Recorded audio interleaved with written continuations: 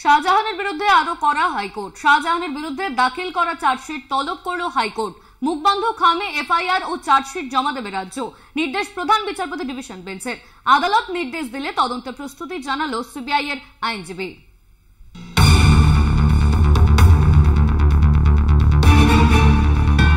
সন্দেশখালী কাণ্ডে জনস্বার্থ মামলায় শেখ শাহজাহানের বিরুদ্ধে এখনো পর্যন্ত দায়ের হওয়া এফআইআর এবং দাখিল করা চার্জশিট তলব করল প্রধান বিচারপতির ডিভিশন বেঞ্চ।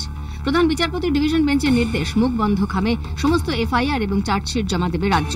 ইডির আইনজীবী ধীরাজ দ্বিবেদী শেখ শাহজাহানের বিরুদ্ধে যত এফআইআর এবং চার্জশিট দাখিল হয়েছে সেগুলির কপি চেয়েছেন। এ প্রসঙ্গে অ্যাডভোকেট জেনারেল কিশোর দত্ত অবস্থান জানানোর জন্য সময় চান। এজির প্রশ্ন, বাকি মামলা তো আর্থিক দুর্নীতির নয়, তাহলে সেই এফআইআর এবং চার্জশিটের কপি নিয়ে ইডি কি করবে?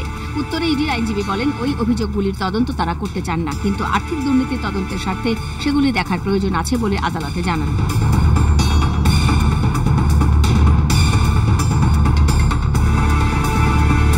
এদিকে আবেদনকারীর আইনজীবী প্রিয়াঙ্কা টিবরেওয়াল বলেন, সন্দেশখালীর তদন্তে কমিশন গঠন করা হোক। সন্দেশখালী কাণ্ডে প্রশাসনের সর্বস্তরের আধিকারিকরা যুক্ত আছেন, তাদের বিরুদ্ধে পদক্ষেপ নেওয়া হোক।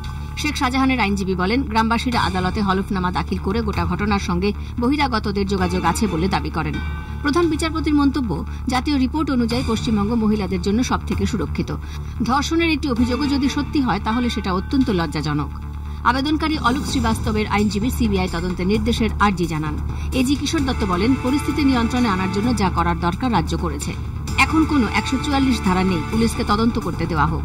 অন্যদিকে সিবিআই এর আইনজীবী জানান, আদালত নির্দেশ দিলে সিবিআই তদন্তে প্রস্তুত।